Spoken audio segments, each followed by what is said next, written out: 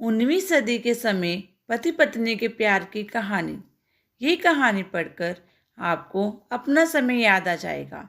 मेरा नाम शिवानी है और मैं नवां शहर में रहती हूँ। मैं एक कॉस्मेटिक की दुकान चलाती हूँ।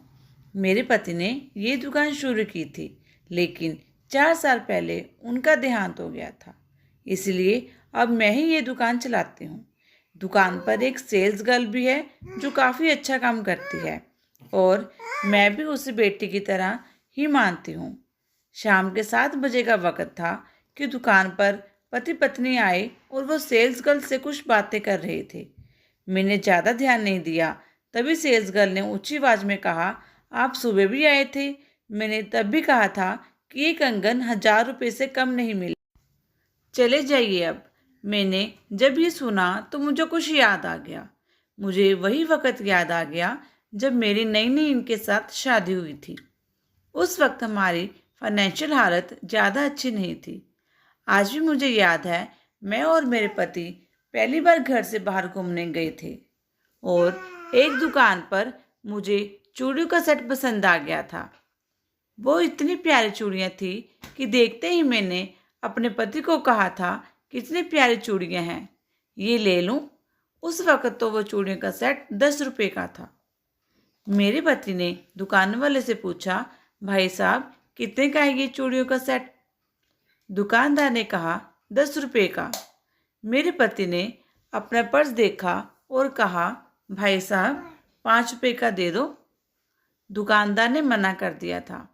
मैं समझ गई थी कि इनके पास इतने पैसे नहीं हैं, इसलिए मैंने भी कह दिया, चलिए रहने दीजिए, ये महंगा लगा रहे हैं। लेकिन मेरी ही आंखों में मेरी इच्छा ना पूरी करने का अफसोस मैं साफ देख रही थी। मेरे पति ने 3-4 बार दुकानदार से मिन्नतें की, लेकिन वह नहीं माना। उस दिन मेरे पति की आंखों में मैंने पढ़ लिया था कि ये मुझसे बहुत प्यार करते हैं और मेरे लिए कुछ भी कर सकते हैं। उस दिन के ठीक 2 महीने बाद मेरे पति ने उसी दुकान से मुझे वही चूड़ियों का सेट खरीद कर दिया था। मैं समझ सकती थी कि वो इन चूड़ियों को कभी भूले ही नहीं थे।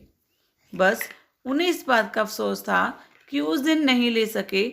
उस दिन के बाद मेरे पति ने दिन रात इतनी मेहनत की और बहुत ही जल्द खुद की अपनी दुकान खड़ी कर दी। उस दिन के बाद मुझे कभी अपने पति से कुछ मांगना ही नहीं पड़ा। मैं जिस चीज़ पर भी हाथ रख देती थी, उसी वक्त वो मुझे ले देते थे। आज जब मैंने इन पति पत्नी को कंगन खरीदते हुए देखा तो मुझे फिर से अपने वही दिन याद आ गए और आंखें नम हो गई। इस आदमी की आंखों में भी अपनी पत्नी को कंगन दिलवाने की वैसे ही ललक मैं साफ देख रही थी। मैं अपने ही ख्याल में खोई हुई थी कि मेरा ध्यान टूटा जब मेरी दुकान के सेल्स गर्ल ने ऊंची आवाज में कहा, जी नहीं, 1000 से कम नहीं हो सकते। उस आदमी के पास पैसे कम थे, इसलिए वो बार बार बोल रहा था कि ये कंगन 600 के दे दीजिए, लेकिन पत्नी बार बार मना कर रही थी खरीदने के लिए। मैंने सेल्स गर्ल को आवाज़ लगाई और कहा, मैंने कल तुम्हें बोला था कि इन कंगन पर 50% छूट का स्टिकर लगा दो, तुमने लगाया क्यों नहीं? सेल्स गर्ल ने भी हैरानी से कहा, अरे मैम, आपने कब कहा था? ओ शायद मैं तुम्हें कहना भूल गई। मैंने उस आदमी को कहा, भाई साहब ये कंगन 500 रुपये के हैं, आप ले लीजिए। ये सुनकर उस पति की आंखों में खुशी भर आई और उसने हंसते हुए अपनी पत्नी को देखा और कहा, बहुत सुंदर है ये कंगन और तुम्हारे हाथों पर अच्छे लगेंगे। उस आदमी की खुशी देखकर मैं समझ सकती थी कि अगर उस दिन मेरे पति भी वो चूड़ियों का सेट खरीद पाते तो ऐसे ही खुश होते। उस दिन वो सेल्स गर्ल जरूर सोच रही थी कि कितने घाटे का सौदा किया है मैंने, लेकिन मुझे पता है कि मैंने अपनी खुशी के लिए किया है। ये और वैसे भी खुशियों का कोई सौदा नहीं होता। क्यों, ठीक कहा ना?